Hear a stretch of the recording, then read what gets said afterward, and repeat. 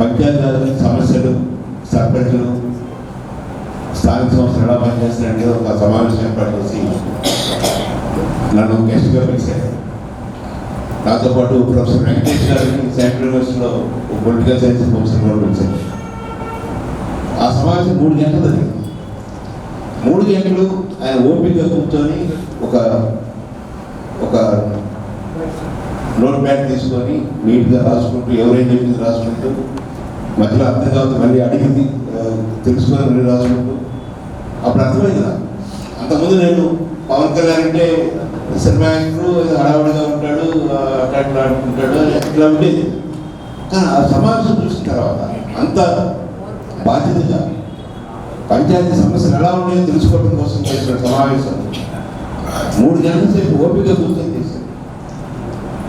రెండవది, కేరళలో మంచి పేరు తెచ్చుకున్న కృష్ణతేజ మన తిరుపతిపేట నర్సరాపేట చదువుకున్నాడు. ఆయన కేరళలో చాలా మంచి పేరు ఉంది.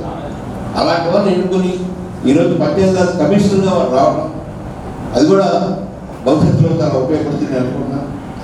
నేను 4 రోజుల క్రితం కృష్ణతేజ గారిని కలిశాను. వారిలో చాలా స్పష్టత ఉంది. ఈ గ్రీన్ అంబాసిడర్స్ విషయంలో 6,000 రూపాయలకి గ్రామాలు ఎవరు పనిచేయలేరండి, ఎవరు రాదు. అందుకని దొంగలెక్కలు రాసే అవకాశం ఎక్కువ ఉంటుంది. 6,000 10,000 చేస్తే అప్పుడు కూడా గ్రామాల్లో ఆ పని చేయడానికి గ్రామస్తులకు రారు. ఎక్కడో ఇతర మండలాల నుంచో, మున్సిపాలిటీస్ నుంచో, ఇతర చోట్ల నుంచి తీసుకునేవారు అని చెప్పి నోట్ చేసుకుంటారు. అంటే అలాంటి మంచి అధికారి రావడం కూడా మంచి పరిణామంగా భావిస్తున్నాను. రాష్ట్రంలో 5వ వార్తా సంఘం అంటే అట్లాగా సార్, సర్పంచుల అంటే మీరు ఎలక్షన్ గురించి మాట్లాడారు. సర్పంచ్ బాధ్యత సర్పంచ్ అధ్యక్షుడిగా అది కూడా మీ దృష్టికి తీసుకెళ్తే మీరు కూడా మరి తీసుకెళ్తామని చెప్పి కూడా సందర్భంగా 5వ వార్తా సంఘం ఏర్పాటు చేసి ఇంతవరకు రాష్ట్ర ప్రభుత్వం మాకు నిధులు ఇవ్వాలి సార్. తులసిరెడ్డి గారు సార్, 5వ వార్తా నిధులు కూడా మాకు ఇవ్వలేదు. ఆ నిధులు ఇవ్వాల్సిన అవసరం ఉంది. 5వ వార్తా సంఘం ఏర్పాటు చేశారు, కానీ నిధులు రాలేదు. ఆ నిధులు కూడా పుట్టిన సార్, అది సెంట్రల్ గ్రాంట్. రాష్ట్ర ప్రభుత్వం ఒక గ్రాంట్ కూడా ఇవ్వదండి. అంటే గత వైసీపీ ప్రభుత్వం లేదు, ఇప్పుడు ముందే కాబట్టి ఇప్పుడు దాన్ని పై చేస్తాము మొదలు కట్టాలి. అదేవిధంగా 5వ వార్తా సంఘం నిధులు కూడా మరి మాకు ఇస్తారు, ఇవ్వాలని కూడా సందర్భంగా తెలియజేసుకున్నాం. అలాగే సర్పంచులు మరి గౌరవ మరి 3,000 రూపాయలే ఉందండి. మరి దాన్ని ఒక 15,000 రూపాయలు చేయాలని చెప్పి ఒక సమస్యను డిమాండ్ మేము దాన్ని మేము ముందుస్తున్నాం. అది కూడా మీరు అలాగే గ్రీన్ అమౌంట్ జీతాలు రాష్ట్ర ప్రభుత్వం భరించాలండి. అంటే పంచాయతీలో అమౌంట్లో నిధులు ఇవ్వండి. అలాగే రాష్ట్ర ప్రభుత్వం గ్రీన్ అమౌంట్ జీతాలు రాష్ట్ర ప్రభుత్వం భరిస్తే కొన్ని సర్పంచులు కూడా భారం తగ్గుతుందని చెప్పి అదొక సమస్య మీ దృష్టికి తీసుకొస్తా ఉన్నాం. ఇందాక మీకు చెప్పారు కదా, అంతకుముందు ఎంసీ అకౌంట్ చేస్తున్న అనేది పంచాయతీ అకౌంట్లో వచ్చి పంచాయతీ అకౌంట్ సార్ ఓకే చేసినా కూడా పంచాయతీ అకౌంట్ డబ్బులు చేయాలి. సర్పంచ్ సంతకం పెడితే ఆ సిక్కిస్తే వాళ్ళకి అకౌంట్ వచ్చేది. కానీ ప్రభుత్వం తెలుగుగా వెండర్ కూడా ఒకటి ఏర్పాటు చేశారు. వెండర్ కోడ్ ఎంపీ ఆఫీస్లో చేసి సర్పంచ్ పదవి లేకుండానే నిధులు మామూలుగా ఎవరు చేస్తే వాళ్ళు తెలియకుండా అప్పుడు సర్పంచ్ నామాఫ్ అయిపోయారు. మళ్ళీ దాన్ని రద్దు చేసి మళ్ళీ పాత పద్ధతినే చేయాలని చెప్పి కూడా అది ఒక సమస్యని దృష్టి తీసుకోవాలి. ఈ సమస్యని మీరు మా దృష్టిలో మేము తీసుకెళ్తాం.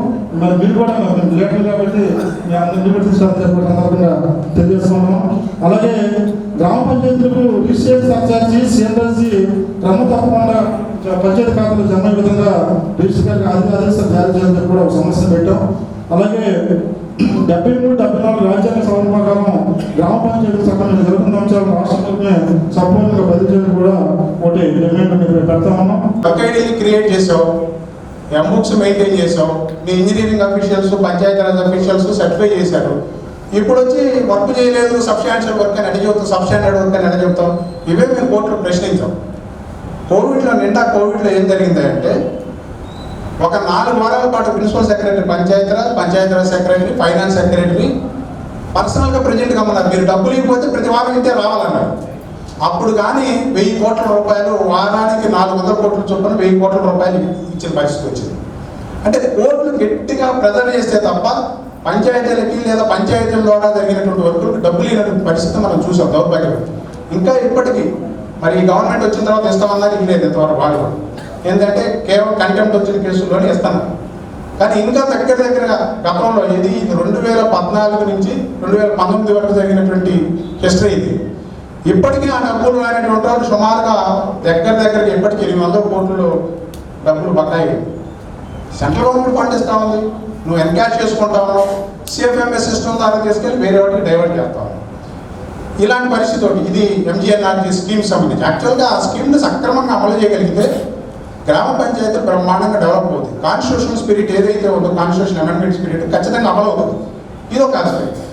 ఇక రెండో ఆస్పెక్ట్, జీవో నెంబర్ 1 తెచ్చారు, మీ అందరికీ తెలుసు. జీవో నెంబర్ 1ని సస్పెండ్ చేయించాడు. నేను ఒక సర్పంచ్ గారు మన కృష్ణమోహన్ వేస్తే ఆ కోవిడ్ టైంలో సస్పెండ్ చేయించారు. వీఆర్ఓలు పవర్స్ ఇస్తారు, చెక్ పవర్స్. ఏం చేయాలి? వీఆర్ఓలకు చెక్ పవర్ ఇస్తే ఇది వాళ్ళ శాలరీస్ దగ్గర నుంచి అన్ని వీఆర్ఓలు చెక్ పవర్ ఇస్తారు. అదే కేసులో ప్రభుత్వం ఒక అఫిడవిట్ వేసింది, రిప్లై అఫిడవిట్. ఏమని చెబుతుందంటే secretariat system is the extended arm of panchayat అన్నది. పంచాయతీకి ఎక్స్టెండెడ్ ఆర్మ్ సెక్రటేరియట్ అని. సెక్రటేరియట్లో పనిచేసే ఏ ఎంప్లాయీ కూడా పంచాయతీ అధికారులు లేదా పంచాయతీ ప్రెసిడెంట్కి నియంత్రణ ఉండదు. చివరికి జస్టిస్ దేవానంద గారు ఏమన్నారంటే, ఇక పంచాయతీలు ఏం చేసుకోవడానికి సర్పంచులు దేదుకున్నట్టు బాకీ పని కూడా చేయించుకోవడానికి అవకాశం లేని పరిస్థితి పంచాయతీ సర్పంచులు ఉంటే ఏం జరుగుతాయి?